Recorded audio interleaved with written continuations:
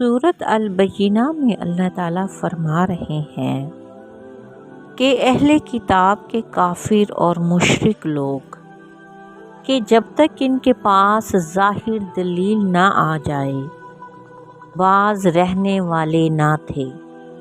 ज़ाहिर दलील से मुराद है कि प्यारे नबी का पैगंबर बनकर इस दुनिया में आना, जो पाक सहीफ़े पढ़े, जिनमें सही और दुरुस्त अहकाम हों।